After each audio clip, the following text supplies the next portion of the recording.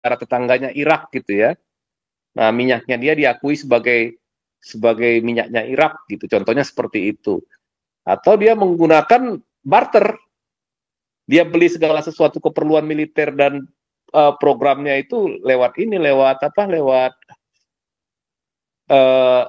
tukar dengan minyak buminya gitu ya. Terutama untuk program nuklirnya, terutama untuk membiayai proksi-proksinya di 3 wilayah ini, karena Iran ini sangat terobsesi untuk memusnahkan Israel ya. Karena nggak bisa masuk surga mereka berdasarkan eskatologinya kalau nggak memusnahkan bangsa Yahudi gitu, atau menghancurkan negara Israel.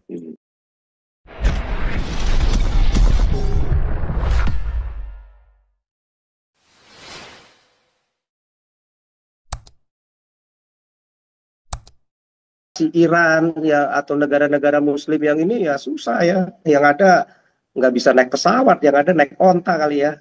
Dunia ini ya, jauh lah ya kelasnya, yang satu naik onta sama yang satu naik pesawat. Ya itu Pak Paul. Tanggapan saya. Thank you.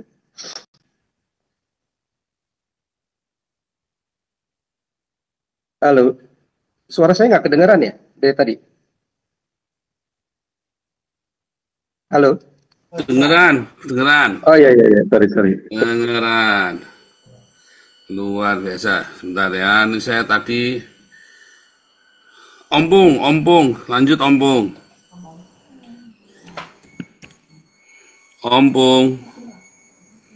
Ini Pak Teddy tumben nih, kemarin Pak Teddy nih ya, tumben hari ini nggak bersuara nih. Mana Pak Teddy nih? Pak Teddy.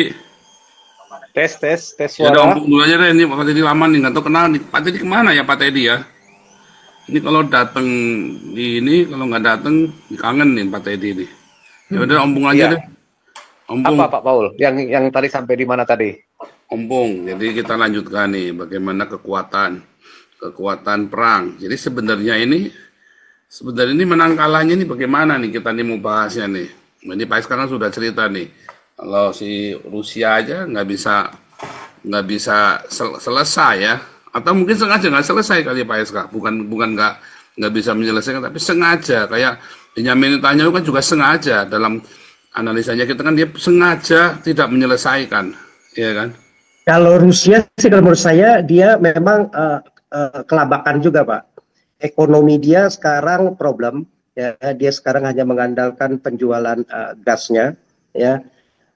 Kedua juga cadangan devisa dia itu kan tersedot ya berapa ribu triliun itu tersita tuh 6.000 triliun kalau salah di Eropa.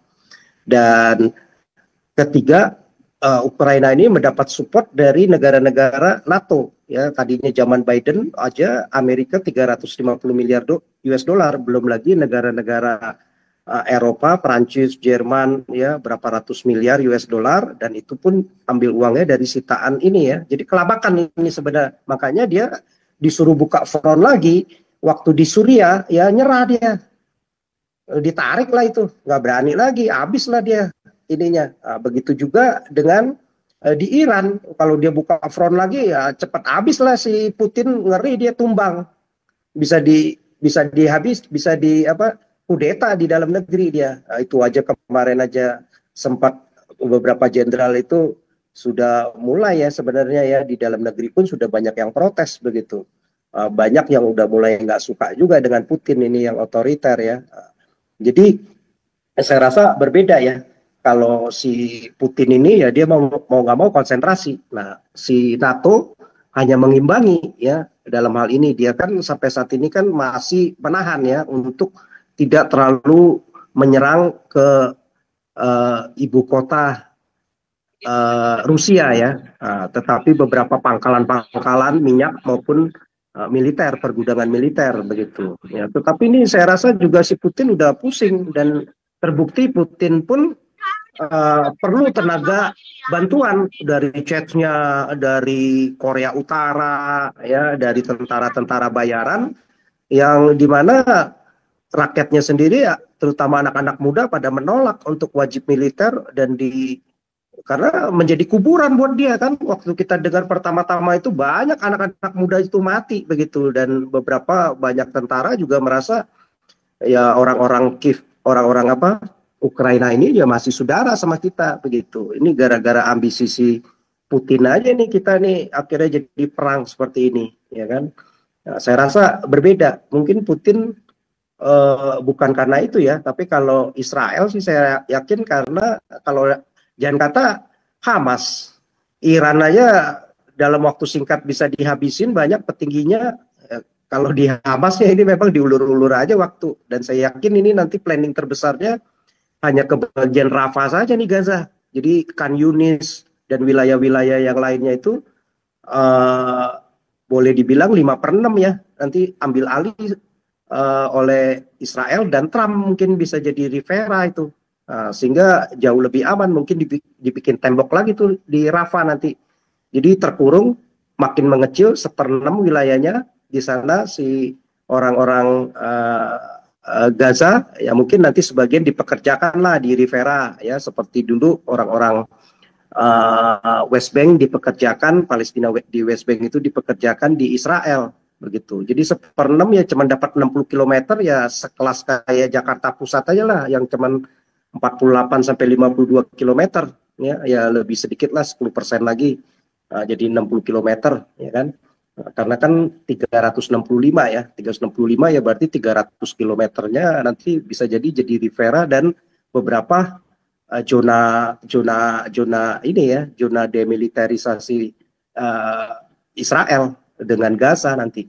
Nah, saya yakin akan ke sana. Jadi habis itu semua udah, Iran kehabisan, udah kehilangan, Hamas kehilangan, dan Hizbullah juga udah dilucutin nanti itu. Saya yakin pasti akan dilucutin. Kalau enggak akan diserang terus. Begitu ketahuan di mana lagi posisinya dihabisin.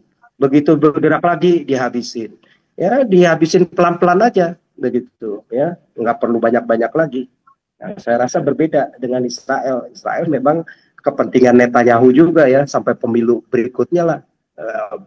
Kalau dia masih bisa mainkan ini manuver-manuver seperti ini kan bisa jadi naik down lagi dia. Wah, Israel selama Netanyahu ini luar biasa begitu, bisa memenangkan dan membuat Timur Tengah jauh lebih stabil lagi secara stabilitas keamanan dan juga posisi tawar Israel terhadap negara-negara Timur Tengah ya makin disegani lah ya. Turki aja juga jiper udah ya. Arab Saudi ya pasti angkat kepala, dia pasti ngikutin si Trump. Selama si Trump memegang atau republik yang berkuasa ya pasti ikut dia.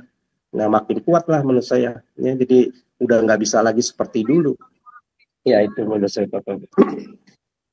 Ya, Ompong coba. Ya, jadi sebetulnya kalau ngelihat Trump kalau ngelihat ini Putin dengan ngelihat situasi di Rusia dengan di Iran itu beda Pak Paul, sangat berbeda. Kebanyakan orang salah prediksi dengan Rusia. Dikatakan Rusia itu sepertinya masih sekuat era Uni Soviet dulu. Udah beda Pak Paul. Kita kalau nggak salah Rusia itu kan sudah pecah jadi berapa belas negara kan gitu, 18 negara atau berapa gitu ya. Jadi kekuatan militernya juga dari sisi jumlah, dari sisi kualitas alutsista, dari sisi semangat juang, ideologi sudah berbeda. Semangat juangnya orang Rusia itu berbeda di era modern sekarang ini, di era pasca reformasi atau perestroika dengan ketika masih dipegang oleh era komunis, eranya Joseph Stalin sama Lenin, bahkan yang terakhir siapa? Terakhir Brezhnev sama Gorbachev, itu beda. Jadi sudah sangat berbeda dan tidak sekuat dulu. Kayaknya ada suara yang bocor deh Pak Paul. Nah, jadi kalau misalkan orang mengatakan bahwa Rusia itu sangat kuat gitu ya, buktinya sekarang juga Rusia itu pengen mengakhiri perang ini secepatnya, tapi dia belum tahu caranya bagaimana. Apakah cara dengan perdamaian? Kalau senjata nuklir nggak mungkin, pasti terjadi perang nuklir. Semua pihak itu nggak ada yang mau terjadi perang nuklir, baik NATO maupun Rusia gitu. Tapi ya perang statis. Rusia sudah coba menggunakan ini pasukan Chechnya dan Dagestan ya, pasukan negara-negara Islam gitu ya. kalah juga kemarin kan di awal-awal perang, paling bertahan setahun, setahun setengah. Kemudian dia coba juga gunakan tentara dari mana? Dari Korea Utara gitu ya. Hampir separuh sudah tewas itu. Cuman karena Korea Utara butuh uang aja dia kirim terus. Kemudian sekarang Rusia juga sudah pakai pernah pakai Wagner Group juga, nggak bisa juga mengalahkan Ukraina. Kemudian sekarang ini ya mulai banyak tentara bayaran yang di Rusia, di Ukraina juga sama. Sekarang dia menggunakan tentara bayaran juga. Bahkan ada yang dari Tiongkok, ada yang dari Indonesia, ada yang dari Afrika, dari mana-mana negara lah. Jadi nasionalisme tentara sekarang bukan lagi ditentukan oleh kebangsaan untuk perang di Rusia, tergantung bayarannya. Yang jadi persoalan sekarang, sampai kapan budgetnya Rusia itu tahan untuk berperang? Satu waktu kalau Rusia sudah kehabisan uang, ya dia akan mau tidak mau akan mengakhiri perang ini. Terlalu cepat sepertinya dulu Putin itu ingin mengembalikan Rusia seperti era Uni Soviet. Ya, dia terlalu banyak mendengar ini ya, penasehat spiritualnya siapa itu? Alexander Dugin. Itu penasehat spiritual. Saya kira cuma orang Indonesia aja yang percaya dukun gitu ya Pak Paul ya. Ternyata Rusia juga pakai dukun Pak. Ya itulah penasehat spiritualnya si Putin ini, namanya Alexander Dugin. Itu juga sekaligus sebagai penasehat keamanan dan geopolitiknya. Tapi idenya Alexander Dugin itu sampai sekarang itu sudah menyeret Rusia, perang sudah hampir 4 tahun. Dan nggak selesai. Dan sudah menghabiskan anggaran yang begitu besar. Nah, Putin juga dalam kondisi sekarang ini dia dengan Ukraina ini juga banyak keluar sumber daya, dia tidak akan mungkin mau mati-matian untuk apa? Membantu Iran. Ya. Saya udah melihat kelemahannya Rusia itu ketika Bashar al-Assad jatuh. Akhirnya mengungsi berangkat ke Rusia gitu ya. Wah, berarti Rusia sudah nggak sanggup dukung secara militer. Sementara ini HTS Ahmad Al-Shara atau Al-Jolani ini menang gitu ya. Ya walaupun sebetulnya Ahmad Al-Shara menang itu atas bantuan Israel dan Amerika dan Turki sebetulnya ya. Israel menyerang Suriah terus-terusan lewat serangan udara. Jadi ya jelas pasti Bashar al-Assad sudah kehilangan kekuatan. Ya akhirnya dia bisa dikalahkan dan akhirnya terpaksa mengungsi ke luar negeri dan berangkat ke Rusia gitu.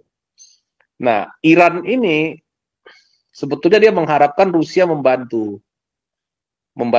Korea, kemudian China membantu dan kemudian Korea Utara. Tetapi ada satu hal yang perlu diperhatikan juga, di samping semakin melemahnya Rusia karena dia perang di Ukraina, terus kemudian China juga membatasi bantuannya hanya sebatas memberikan persenjataan atau menjual persenjataan.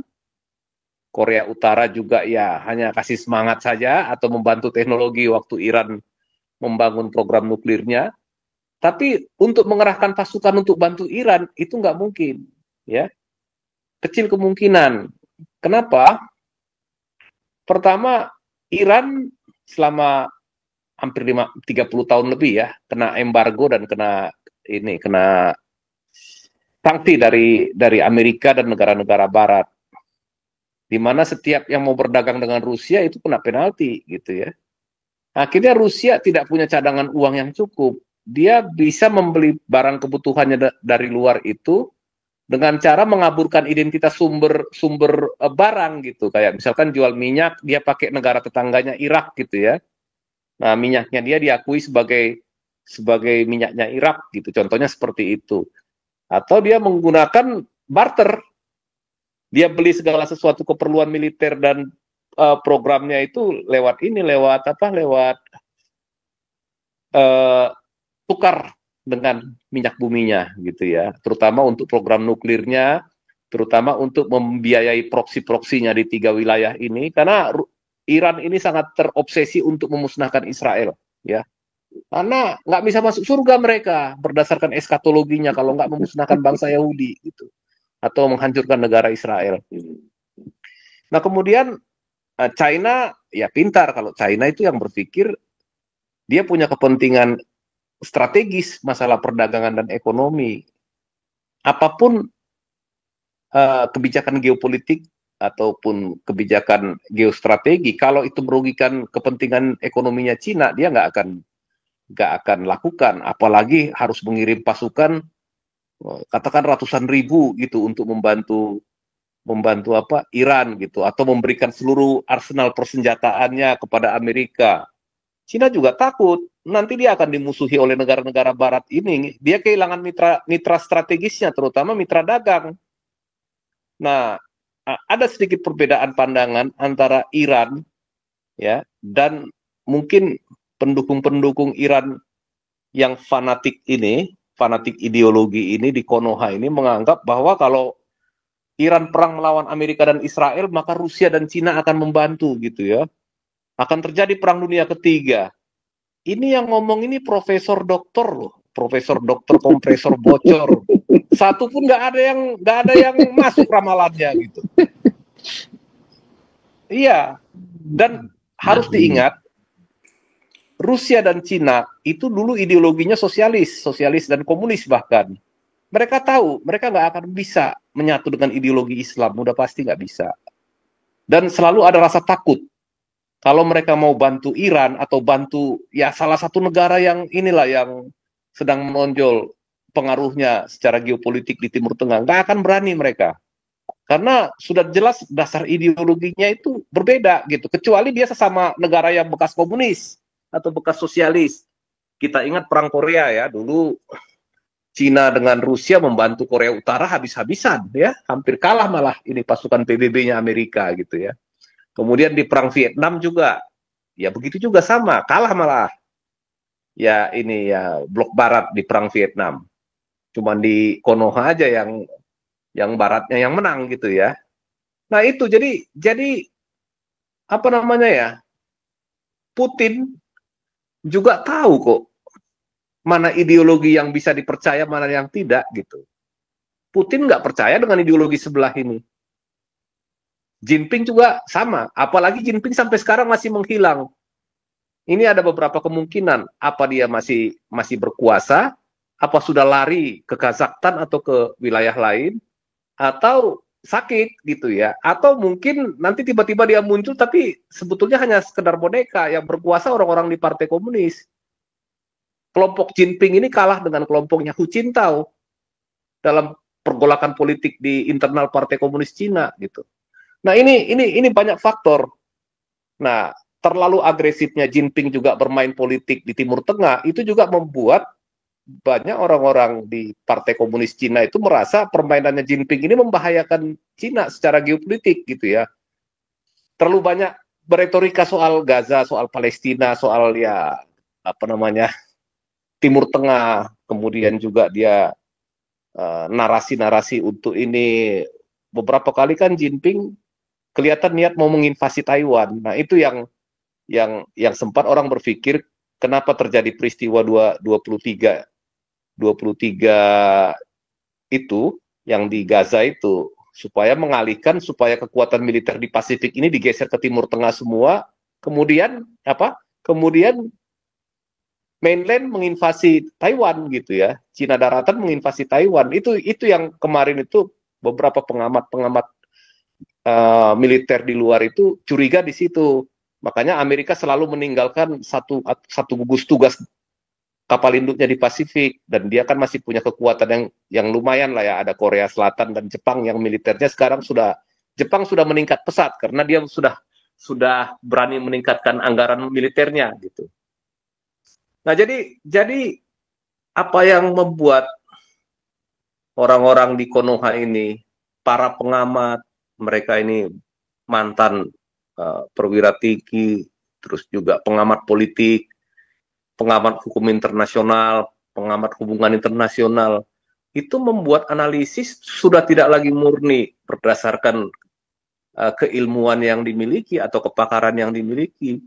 Jadi mereka ini merendahkan derajat intelektualitasnya menjadi sekedar hanya juru propagandanya Hamas. Karena merasa membela agama. Nah itu yang susah gitu.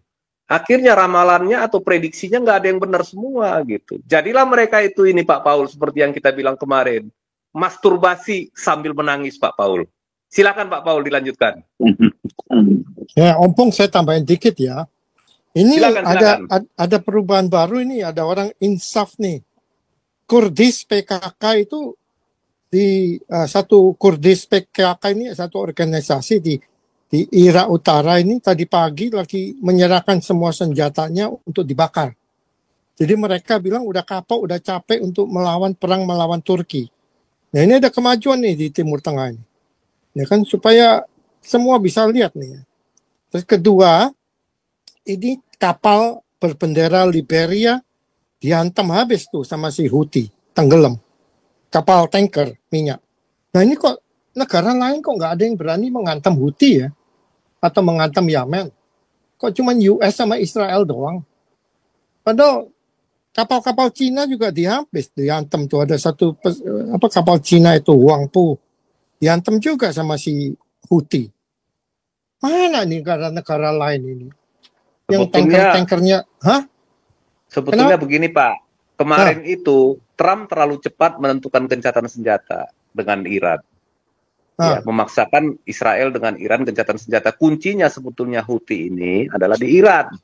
Kalau Irannya betul-betul hancur dan remuk dulu, saya yakin Houthi berhenti menyerang. Dia nggak akan punya kekuatan dukungan lagi gitu. Dan kebetulan juga ada di Yaman itu, di Houthi itu mereka masih menyimpan persenjataan di bawah terowongan bawah tanah juga, sama mirip di Fordo gitu. Dan itu menghancurkannya harus pakai pembom Amerika yang kemarin itu Pak. B2 juga, iya B2 harus pakai B2 Spirit juga, makanya perlu juga kelihatannya Houthi itu dikunjungi oleh B2 Spirit gitu, seperti Iran gitu, baru mungkin bisa selesai. Kenapa?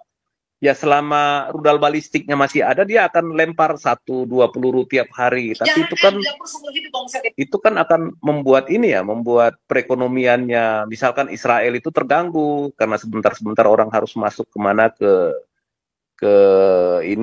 bunker atau ke biasanya kalau gedung-gedung di Israel itu kan punya ruang parkir bawah tanah Pak, parkirnya di tempat parkir di bawah, biasanya mereka begitu gitu. Nah jadi ini sebenarnya Houthi ini alat perlawanan terakhir kelompoknya Iran ini Pak gitu ya. Cuma kemarin Amerika juga sudah sempat menandatangani semacam gencatan dengan Houthi. Jadi Amerika juga terikat, dia tidak bisa lagi melakukan pengawalan terhadap terhadap jalur yang di Laut Merah itu, kecuali untuk kapal-kapal perangnya sendiri. Kebetulan kapal dagang Amerika. Kebetulan kapal dagang Amerika nggak ada yang diserang Houthi. Yang diserang Houthi itu adalah kapal yang ada hubungannya dengan Israel. Itu maksud saya. Kapal-kapal negara lain diserang Houthi kok mereka nggak bergerak gitu loh, maksud saya. Kok diem aja mereka?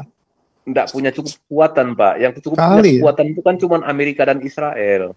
Dan ya Inggris dan negara-negara Eropa Barat gitu. Tapi nanti kalau misalkan kapal Jerman ada yang kena, kapal Perancis ada yang kena, habis lah mungkin ya akan banyak kapal-kapal perang dari negara-negara Eropa Barat yang akan bergerak untuk melakukan pengawalan terhadap kepentingan perdagangan negaranya dengan dunia gitu, yang dimana kapal-kapal dagang itu harus lewat Laut Merah semua. Betul.